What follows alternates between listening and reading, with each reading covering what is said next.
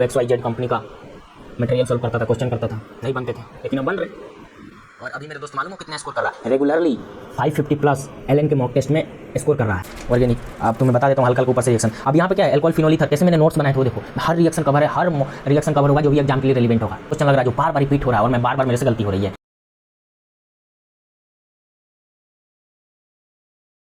क्या मैंने जो अचीव किया, क्या आप भी ऐसा कुछ कर सकते हो? तो इसका आंसर बहुत ही सिंपल है, जी हाँ आप भी कर सकते हो। लेकिन मेरे बात को एक नोट कर लो कि ये सिर्फ और सिर्फ किसमें, केमिस्ट्री में ही पॉसिबल है।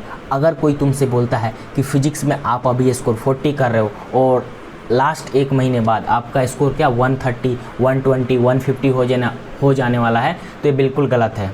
ऐसा नहीं होगा। अगर आपको अभी कुछ नहीं आता है, इट मीन्स मतलब ऐसा तो नहीं होगा कि आपको कुछ नहीं आता होगा। आपके मॉक टेस्ट में नंबर अभी 40 आ रहे हैं, तो एक महीने में 140, 150 स्कोर नहीं आने वाला है। समझ में आ रहा है? तो मैं बताऊंगा कि मैंने एक्चुअल कैसे अचीव किया ये लास्ट मंथ के रिवीजन में। आपको मेरे बातों को क्यों फॉलो करना चाहिए, जैसा कि आप लोग जानते हो कि मैं खुद एग्ज़ाम क्रैक किया हुआ हूँ लास्ट ईयर ही, तो आप मेरे बातों पे विश्वास कर सकते हो, फॉलो कर सकते हो। लेकिन इसके अलावा एक बात मैं और आपके साथ शेयर करना चाहूँगा। वन ऑफ माई फ्रेंड और you can say classmate who is preparing for NEET, तो क्या होता था इनिशियल बेस पे वो छोटे छोटे प्रॉब्लम में स्टक कर जाता था। फिजिक्स के छोटे छोटे बहुत इजी प्रॉब्लम भी नहीं बनते थे। उसका क्वेश्चन स्क्रीनशॉट मेरे पास सेंड करता था, तो मैं उसका सॉल्यूशन उसको समझाता था। तो इनिशियल बेस पे मैं भी थोड़ा फास्ट समझा देता था, मतलब मैं समझता था अरे छोटी सी बात होगी, मालूम होगी, तो मैं जस्ट छोटा सा कंसेप्ट लिख के भेज देता था। क्योंकि मैं उस वक्त खुद भी तैयारी कर रहा था जेईई मेन का, लास्ट ईयर की बात है। तो मेरे पास उतना टाइम होता भी नहीं था, और फिर टाइम होता था तो बाकी चीज़ों में निकाल देते थे। फिर उसके बाद समझ में नहीं आया, तो उसने बोला वीडियो सॉल्यूशन भेज सकता है। तो मैंने वीडियो सॉल्यूशन फिर उसको टेलीग्राम पे दे देता था, जैसे टेबल के ऊपर रख के मोबाइल, और जैसे पेज पे होता है ना, लिख रहे हैं और बोल रहे हैं, तो रिकॉर्ड करके टेलीग्राम पे सेंड कर देता था। तो फिर उसको समझ में आ गया, समझ में आने लगा, बहुत बढ़िया समझ में आने लगा। फिर बोला भाई बहुत बढ़िया समझाता है, बहुत बढ़िया समझाने का तरीका। और ऐसे ही बहुत लोग मतलब मुझे पहले बोल चुके थे, तो मुझे लगा क्यों ना फिर आप लोगों की मदद की जाए। ऐसे हमारे बहुत सारे दोस्त होंगे जिनको फिजिक्स में दिक्कत आ रही है, एकदम बेसिक लेवल पे कंसेप्ट की क्लियरिटी नहीं होती, उसकी वजह से आपसे इजी क्वेश्चन भी नहीं बनते। जबकि नीट एग्जाम में 50 क्वेश्चन आ रहे हैं ना आपके फिजिक्स के, 40 क्वेश्चन ऐसे होते हैं कि अगर आप जस्ट चैप्टर पढ़े हो, थ्योरी जानते हो, बेसिक लेवल का क्वेश्चन कर रखे हो, 2IQ किया है, तो 40 क्वेश्चन तो डेफिनेटली तुम बना के आओगे। मतलब 160 मार्क्स का तो पेपर तुम करके ही आओगे। ठीक है, अब देख लो स्क्रीन पर जैसा तुम्हें चल रहा होगा, यही सब था जो क्वेश्चन पूछता था और मैं उसका सॉल्यूशन देता था। देख लो XYZ कंपनी का मटेरियल सॉल्व करता था, क्वेश्चन करता था, नहीं बनते थे, लेकिन अब बन रहे। और अभी मेरे दोस्त मालूम हो कितना स्कोर कर रहा है? रेगुलरली 550 प्लस एलएन के मॉक टेस्ट में स्कोर कर रहा है। समझ में आ रहा है? रेगुलरली, ऐसा नहीं कि किसी में 500, किसी में 550 प्लस ही स्कोर कर रहा है। कभी 600, कभी 550, कभी 580, ऐसे स्कोर आ रहे हैं उसके कंसिस्टेंटली। तो ये होता है मेरे दोस्त सही तरीके से काम करने पे और सही गाइडेंस के साथ काम करने पे।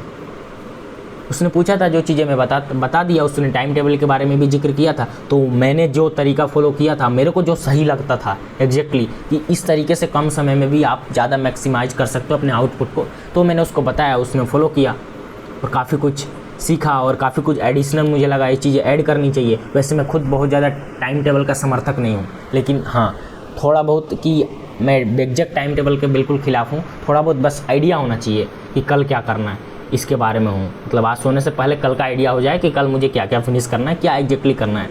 समझ में आ रहा है? तो इतना इनफ है। बाकी रेगुलरली टाइम टेबल मैं खुद नहीं फॉलो करता था, नहीं बताता हूँ किसी को, ठीक है, क्योंकि मेंटेन नहीं हो पाता। ठीक है, अपन एग्जैक्टली बात कर लेते हैं कि एग्जैक्ट मेरे लिए क्या बेनिफिशियल रहा और मैंने कैसे 99.8 परसेंटाइल केमिस्ट्री सब्जेक्ट में स्कोर किया। ऐसा आप भी कर सकते हो मेरे दोस्त। जस्ट जिन बातों को बोल रहा हूँ उसको थोड़ी सी फॉलो करो, और फ्यूचर में एक आध दो दिन में एक डिटेल वीडियो आ जाएगा इस पर। समझ में आ रहा है कि आपको कैसे मॉक टेस्ट को एनालाइज करना चाहिए और अभी बचे हुए दिनों में क्या क्या आपको मेजर इस पर ध्यान देना चाहिए ताकि आपका रिजल्ट मैक्सिमाइज हो। क्योंकि मेरे दोस्त मैं ये नहीं बोलता कि अभी आपके 100 नंबर आ रहे हैं तो आपका सिलेक्शन हो जाएगा मेरे दोस्त। तो अगर आपके 100 नंबर से डायरेक्ट आप 600 ला लोगे, तो फिर मेरे दोस्त जिसके 500 आ रहे हैं, जिसके 600 आ रहे हैं, उसका क्या होगा? सीट तो लिमिटेड है ना।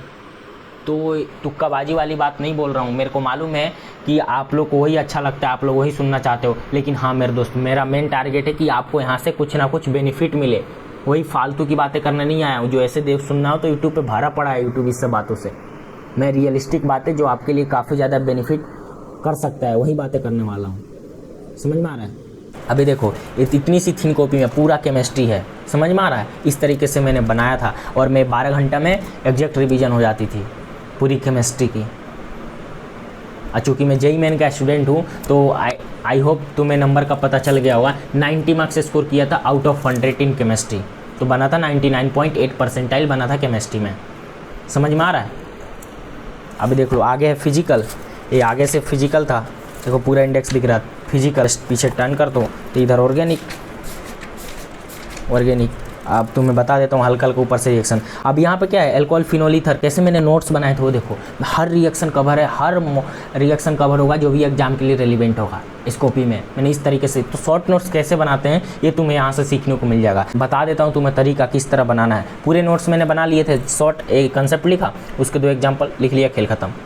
ऑर्गेनिक में ऐसा ही करना है, ठीक है। और जो रिएक्शन बार बार भूलते हो उसको स्टार लगा लिया, हैशटैग लगा लिया। समझ में आ रहा है? अभी खैर टाइम नहीं होगा तुम्हारे पास लिखने का नोट्स, लेकिन बहुत जगह अवेलेबल होगा, वहाँ से मिल जाएगा। उसको बार बार पढ़ो, ताकि इस तरीके से पढ़ो, इस तरीके से बार बार रिवीजन करो, ताकि वो तुम्हें लगे कि मैंने खुद इस नोट्स को बनाया है।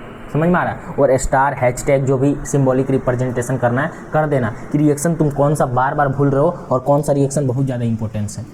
समझ में आ रहा है?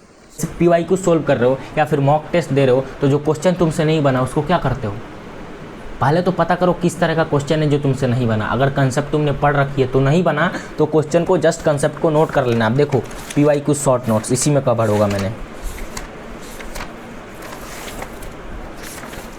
अब देखो लिखा हुआ है SN फ्रॉम PYQs, यानी कि शॉर्ट नोट्स फ्रॉम PYQs, यानी कि PYQs करने के बाद कौन से क्वेश्चन लग रहा है जो बार बार रिपीट हो रहा है और मैं बार बार मेरे से गलती हो रही है, या फिर जो क्वेश्चन है आने की संभावना है, या फिर ये क्वेश्चन प्योर रट्टा बेस्ड है, मतलब अभी आया हो सकता है आगे आ जाए, थोड़े से चेंज जस्ट करके आ जाए, तो जस्ट लिख दिया। अब जैसे क्या होता है, न्यूट्रल ऑक्साइड कौन कौन होते हैं, एसिडिक ऑक्साइड कौन कौन से होते हैं, एम्फोटोरिक ऑक्साइड कौन कौन से होते हैं, ये तो रट्टा बेस्ड है ना, तो जस्ट उसको लिख लिया है, खेल खत्म। याद रहेगा, फ्यूचर में आएगा वापस करके आओगे सही। तो देखो डेंसिटी ऑर्डर जो बार बार पूछा जाता है डी ब्लॉक से होता है जो, तो उसको लिख लिया। समझ में आ रहा? तो देखो LiCl का कलर क्या होता है, NaCl का कलर क्या होता है। अब ये देखो L2O3 के साथ रिएक्शन, NaOH का क्या होता है, अल्कली के साथ रिएक्शन, तो ये सब लिख लो, खत्म हो जाएगा। सॉल्वेट प्रोसेस क्या होता है, डाईमैग्नेटिक कौन कौन से होते हैं जो आपके सिलेबस में है। समझ में आ रहा है? P4 का रिएक्शन अल्कली के साथ क्या होगा, NaOH के साथ, वो लिख लिया। अब ग्लूकोज को जाइमेस के साथ रिएक्शन है, तो तुम लोग बायोलॉजी वाले हो तो तुम्हारे लिए तो बहुत आसान है, लेकिन हम लोग भूल जाते थे तो इससे लिख लिया। समझ में आ रहा है? देखो सब PYQ से है, तो बार बार भूल जाते हैं, वही वाला है। अब H2O2 का शेप गैस फेस में क्या होगा, सॉलिड फेस में क्या होगा, समझ में आ रहा है? डाइहेड्रल एंगल क्या होगा, तो ये भूलने वाली चीज़ है, जस्ट लिख लिया था, नहीं याद रहा था, पूछ लेते हैं ना, पूछ लेते हैं डाइहेड्रल एंगल क्या होता है, कौन सा ओपन बुक स्ट्रक्चर होता है, कैसा स्ट्रक्चर करके पूछ लेते हैं। समझ में आ रहा है? तो आपको समझ में आ गया होगा आई होप शॉर्ट नोट्स कैसे बनाते हैं। और हाँ, शॉर्ट नोट्स तो अपना ही होना चाहिए, सबसे बेस्ट होता है, क्योंकि शॉर्ट नोट्स का मतलब होता है मुझे क्या आता है क्या नहीं आता उसका एक डायरी बनाना, इसको शॉर्ट नोट्स बोलते हैं। समझ में आ रहा है? यानी जो चीज़ मुझे नहीं आती और आपके एग्ज़ाम से रेलिवेंट है उस चीज़ को एक शॉर्ट फॉर्म में लिख लेना, इसी को बोलते हैं शॉर्ट नोट्स, जो सिर्फ एग्ज़ाम के लिए रेलिवेंट हो। एग्ज़ाम में सिलेक्शन डायरेक्टली प्रोपोर्शनल टू होता है आपके शॉर्ट नोट्स। समझ में आ रहा है? आपके शॉर्ट नोट्स जितना बेहतर होगा आपकी सिलेक्शन की प्रोबेबिलिटी उतनी बेहतर होती जाएगी। समझ में आ रहा है? ये मैं नहीं कहता, ये शॉर्ट नोट्स खुद बोलता है। समझ में आ रहा है? आई होप मेरी बातें तुम्हें समझ में आई हो। जब तक के लिए keep learning, keep exploring. See you in the next video.